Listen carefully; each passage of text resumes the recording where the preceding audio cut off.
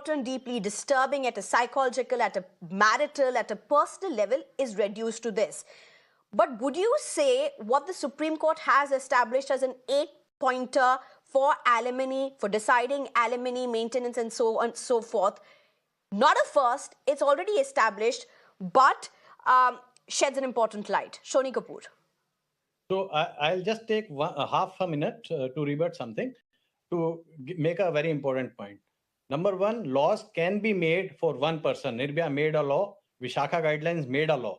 So law can be made when there is a watershed movement in the history. Laws can be made for a person. And coming back to these guidelines, what your question is, these guidelines are nothing new.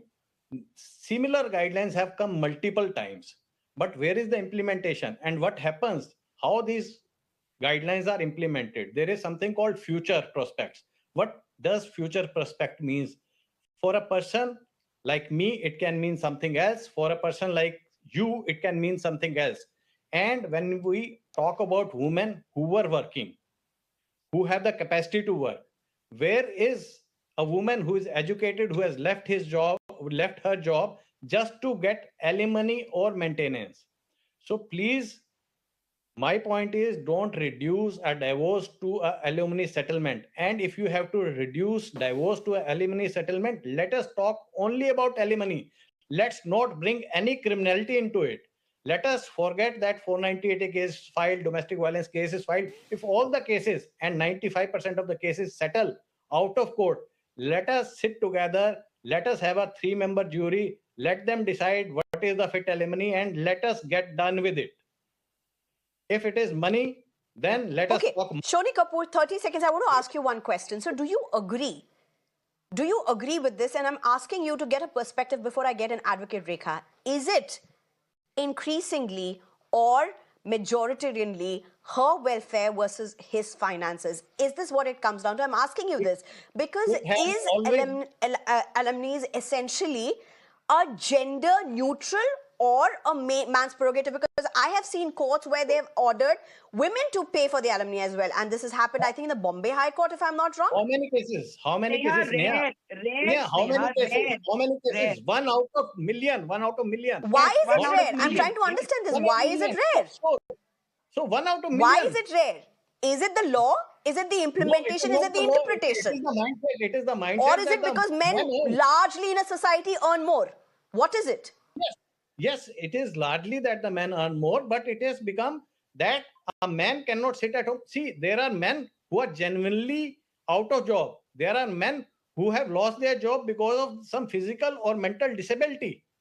But even they are not granted maintenance. The only time maintenance is granted when the court is 100% sure that the man cannot move out. Only in those cases, men are granted any alimony or maintenance. Please understand, I have been through this. I have been... Okay, I'm short on time. Shoni Kapoor, allow me to get in Rekha Agarwal. Rekha Agarwal, please respond.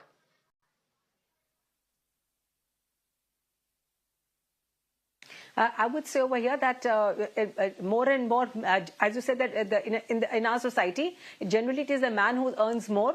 And that is why when Mr. Kapoor said it is 1 in a million case, very often the men are not only earning more, but they're also hesitant to ask for alimony and maintenance. So if they ask, probably the courts are going to consider the Rajneesh versus Neha affidavit, which in 2020 was laid down as the benchmark for deciding maintenance and alimony. So if the Rajneesh Neha affidavit is filed by the husband also, and he asks for maintenance, and I'm certain that in a given case, a man may be given maintenance. And at the same time, I would also like to state over here that the Hindu Marriage Act was drafted in the year 1956. Today, we are here in the year 2024, which is also going to end. I think those laws do need to be relooked.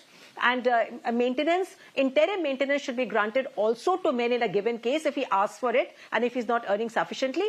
And as far as 498A, Indian Penal Code, which is now 8587 of BNS, and the Domestic Violence Act 2005, which are only the privilege of women to make these kind of complaints, they should be made gender neutral. I think that there could be a big sweeping reform in the way these divorce cases and matrimonial disputes are ultimately solved in the court. Before I go to Shoni, Rekha Agarwal, do you see this as a watershed moment?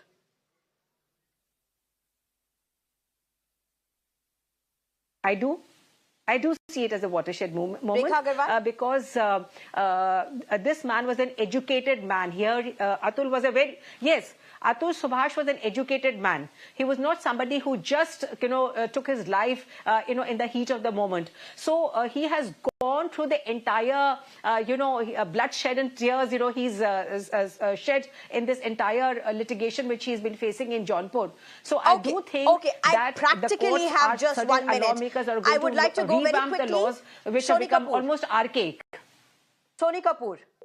So yes, it is a watershed moment. Nothing to steal away from what Atul had done, and I'm very sorry to say that the law needs a change. Not only change, it needs to be redrafted, and we need to have certain safeguards, like something against misuse of laws. Okay. And if these